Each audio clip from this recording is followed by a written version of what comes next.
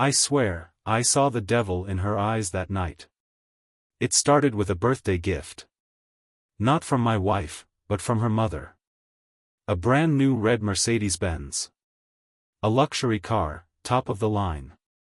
The kind of car that makes people turn their heads. "Do you like it?" my mother-in-law, Diane, had asked, flashing that fake smile of hers. "You should be grateful." I wasn't. And I never drove it. A week passed, then two. My wife, Emily, noticed. She had that way of watching me, like a hawk circling a dying animal. One night, she leaned against the doorway of our bedroom, arms crossed, face twisted in mock concern. "Why won't you drive it?" I smiled. "Get in and see for yourself." She frowned but grabbed the keys, stepping outside into the cool evening air. I followed, watching as she slid into the driver's seat and pressed the start button. And then, her face froze. A second of silence. Then another. Her fingers clenched around the steering wheel. "Where did you get this?" she whispered. I tilted my head. "Your mom gave it to me, remember?" She swallowed hard, her throat moving like she was trying to force something down. Everything became clear in that moment. The seat settings, the way the mirrors were adjusted, the faint smell of cologne that wasn't mine. And the biggest clue of all, the Bluetooth pairing.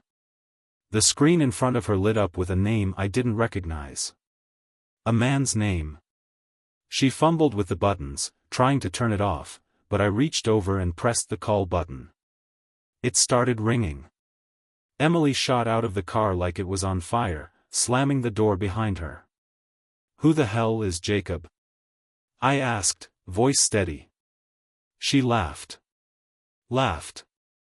That smug, shameless, heartless laugh of a woman who has already decided you're a fool. "Oh, come on, you're overreacting. He's just a friend." "Just a friend." "Right." I grabbed my phone and snapped a picture of the name on the screen. "So this friend just happens to have his phone connected to my birthday present?" She rolled her eyes. "It's my mom's car, she lets me borrow it sometimes." "Maybe he used it too, how the hell should I know?" She was lying. She was always lying. But she hadn't been expecting this. She thought she had it all under control. Thought she was clever, that I was stupid. That's when my phone buzzed. A message. From an unknown number. "Bro, you don't know me, but if you're married to Emily, you need to see this. Check your email." I felt my stomach drop. My fingers moved faster than my thoughts as I opened my inbox. And there it was. Pictures. Videos.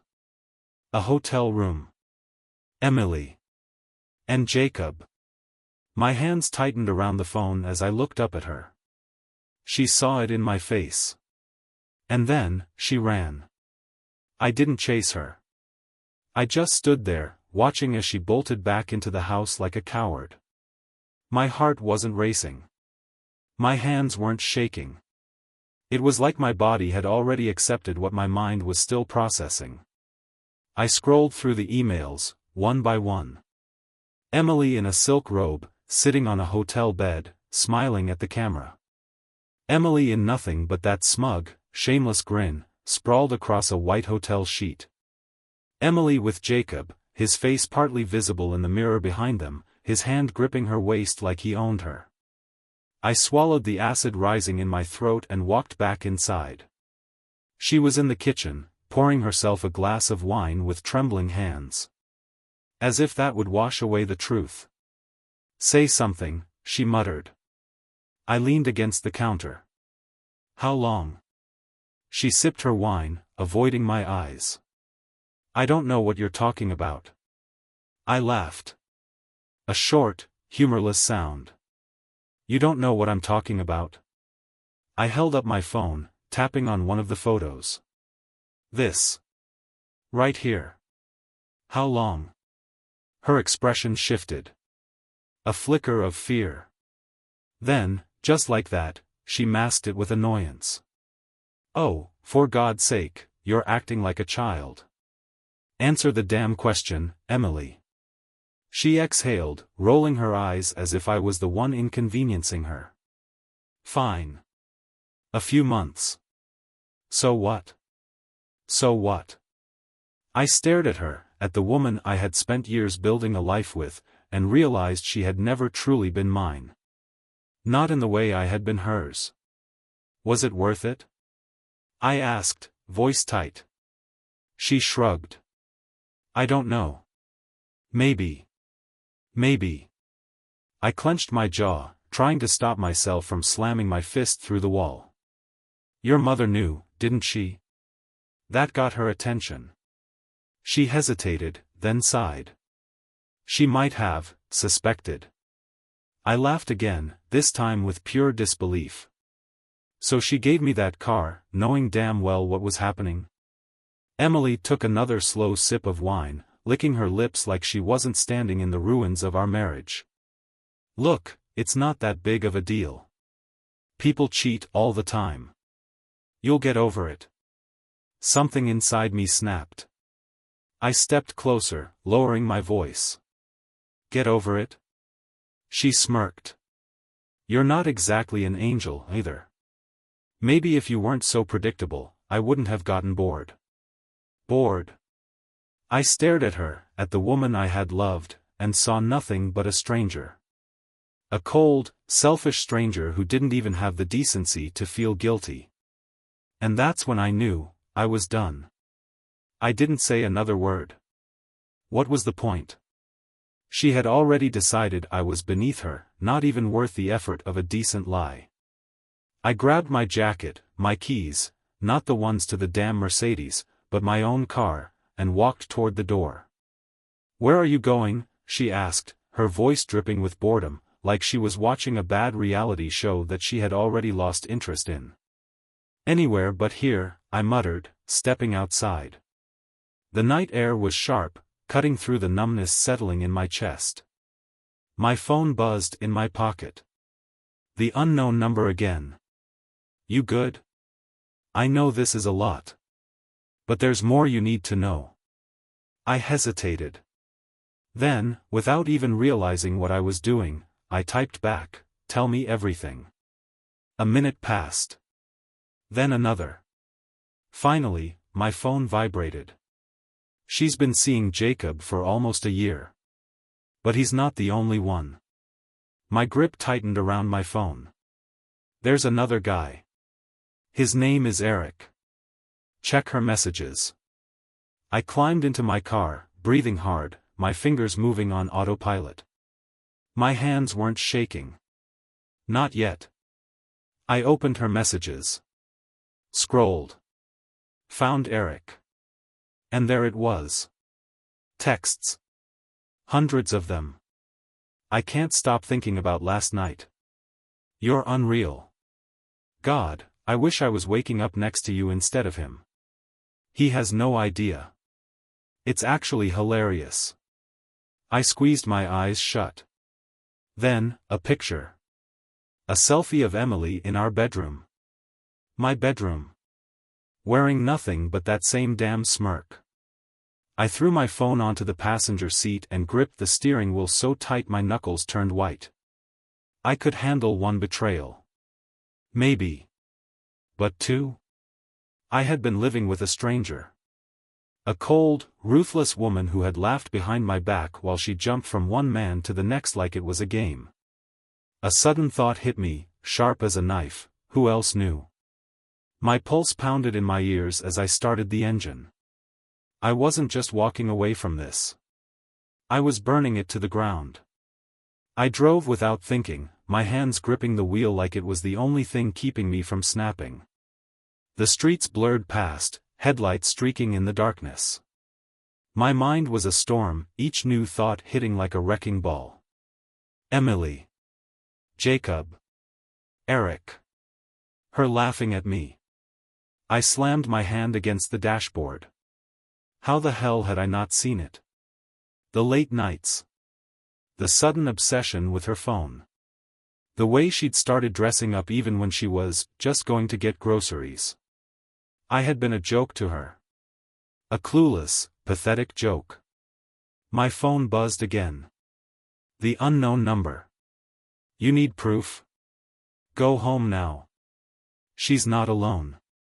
My foot slammed on the brakes. A car behind me honked, swerving around, but I didn't care. I sat there, gripping the wheel, my heart hammering against my ribs. Not alone. I didn't think. I just turned the car around, speeding back toward the house. When I pulled up to the driveway, my stomach twisted into a knot so tight I could barely breathe. Her car was there. And another one. Not the red Mercedes. A black SUV. I stepped out, every nerve in my body buzzing. The front door was unlocked. My house. My damn house. I pushed the door open, moving as quietly as I could. The living room lights were dimmed, but I could hear it, voices. Upstairs. I climbed the stairs 2 at a time, my pulse roaring in my ears. As I reached the bedroom door, I stopped, listening. Laughter. Hers. And then, a man's voice. Low. Smug. I pushed the door open. Emily was on the bed, half-dressed, her blonde hair spilling over the pillows. And next to her, sitting there like he belonged, was Jacob. He looked up, eyes widening. **T. Emily didn't even flinch. She just sighed, rubbing her temple like I was the inconvenience. You're being dramatic, she muttered. Something inside me snapped. I stepped inside, slamming the door behind me. You think this is funny? She smirked. Smirked. I mean, a little. Jacob shifted uncomfortably, pulling his shirt back on. Look, man. I pointed at him. Shut the hell up. He hesitated, then stood, hands raised. I didn't know she was married at first, all right? She told me you guys were done. I turned back to Emily. Is that true? She shrugged. Does it matter? I laughed. A cold, empty laugh. You're unbelievable. She rolled her eyes. Oh, come on, stop playing the victim. It's pathetic. Jacob stepped toward the door. I'll just. I blocked his way. Sit your ass down. He froze. Emily groaned. Jesus, you're so dramatic. What do you want? A confession? Fine. I cheated. I had fun. Multiple times. With multiple men. Are you happy now? My jaw clenched. She tilted her head. You want to hit me or something? Go ahead, maybe then you'll finally be interesting. I took a step closer, lowering my voice. I wouldn't waste the energy. She laughed. Then what are you still doing here? I reached into my pocket and pulled out my phone. Then I hit play. Her smirk faded the second she heard it. Her voice. From her messages. He has no idea. It's actually hilarious. Jacob turned to her, confusion on his face. Wait, was that about me? Emily's mouth opened, but nothing came out. I let the audio keep playing. More messages. More proof. Everything laid bare. Jacob's face darkened. You told me you loved me. I smiled coldly. She told me that too. Emily looked between us, her confidence cracking. Okay, you both need to calm down. Jacob scoffed. Screw this. He grabbed his keys and stormed out. She glared at me. What the hell is your problem? I pocketed my phone. My problem? I just ended your little game. You played yourself, Emily. She folded her arms. What are you gonna do, divorce me? I smiled. No. I already did. Her smirk disappeared. I pulled out another phone, one she didn't recognize. See, while you were busy screwing around, I was busy too. I had you served this morning. Check your emails. She snatched her phone off the nightstand, scrolling fast. Her face drained of color. I stepped toward the door. Enjoy your new life, Emily. Hope it was worth it. And then I walked out. Leaving her exactly where she belonged, alone. I didn't look back. Not when she called my name, not when she threw something against the wall, not when I heard her footsteps stomping after me. I was already at the front door when she caught up, grabbing my arm with a grip that was too weak to stop me. You can't do this, she hissed. I turned, staring down at her. Her face, once so smug, was now twisted in something I hadn't seen before, panic. Watch me. She shook her head, her nails digging into my arm. No, you don't get to just walk away like this. We need to talk. I laughed. Talk? You had a year to talk, Emily. Instead, you were too busy jumping into every bed that wasn't ours. She clenched her jaw.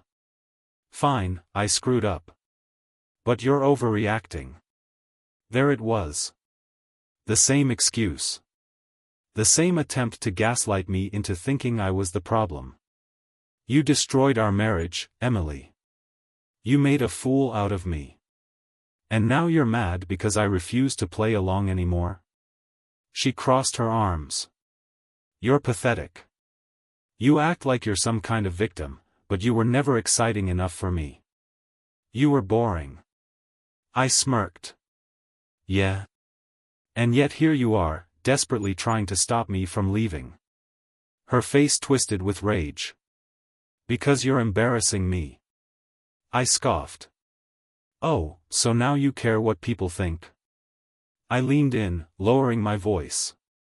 Let's see how much you care when they find out exactly why I'm gone. She paled.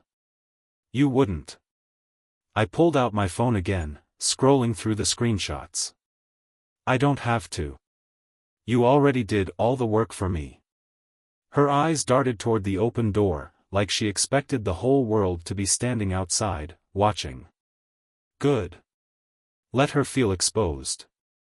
I turned and walked out, slamming the door behind me. I felt lighter than I had in months. Maybe years. My car engine roared to life, drowning out the sound of her yelling from inside the house. I didn't care what she had to say anymore. Her words meant nothing. I had wasted enough time on a woman who never deserved me. And now, I was finally free. As I drove away, the weight on my chest started to lift. It wasn't instant, nothing about this was easy, but for the first time in a long time, I felt like I could breathe without choking on her lies. My phone buzzed. I glanced at the screen. Unknown number. The same one that had sent me the proof. I answered. Yeah. A deep sigh on the other end. You okay?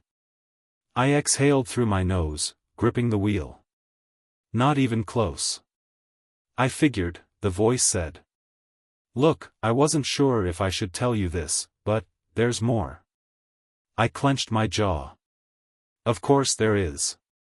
You might want to check your bank accounts. My stomach dropped.